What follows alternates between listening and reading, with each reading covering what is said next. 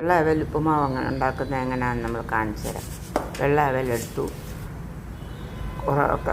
പച്ചമുളക്, ഉള്ളി, കൊത്തമല്ലി എല്ലാം എടുത്തു. എണ്ണ ചൂടായപ്പോൾ ജീരകം ഇട്ട് പൊട്ടിക്കഴിഞ്ഞപ്പോൾ അതിനകത്തോട്ട് പച്ചമുളക് ഇട്ടു. അതിൻ്റെ കൂടെ നമുക്ക് ഉള്ളി ഇടാം. പച്ചമുളകിൻ്റെ കൂടെ ഉള്ളി ഇട്ട് വഴറ്റുക, നന്നായിട്ട് വഴറ്റിയെടുക്കുക.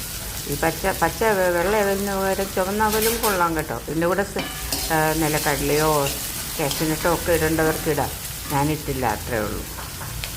പിന്നെ ഇതൊരു മറഷ്യൻ ഡിഷ് കൂടാ. രാവിലെ ഇവിടെ മോസ്റ്റ്ലി മറഷ്യൻസിൻ്റെ വീട്ടിൽ ഇതാണ് ഡിഷുള്ളത്.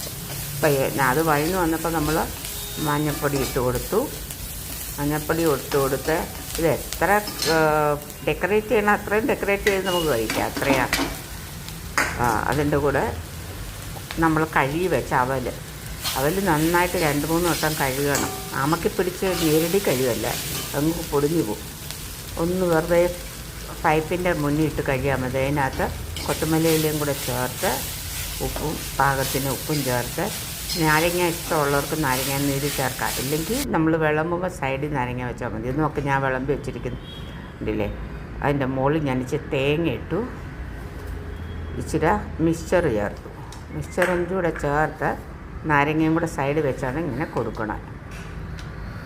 ഇതിൻ്റെ കൂടെ ചിലർ പൊട്ടറ്റോ പുഴുങ്ങിയത് ചേർക്കും, ടൊമാറ്റോ ഇടും. ഇതൊന്നും ഞാൻ ചേർത്തില്ല. ഇത് വളരെ സിമ്പിൾ.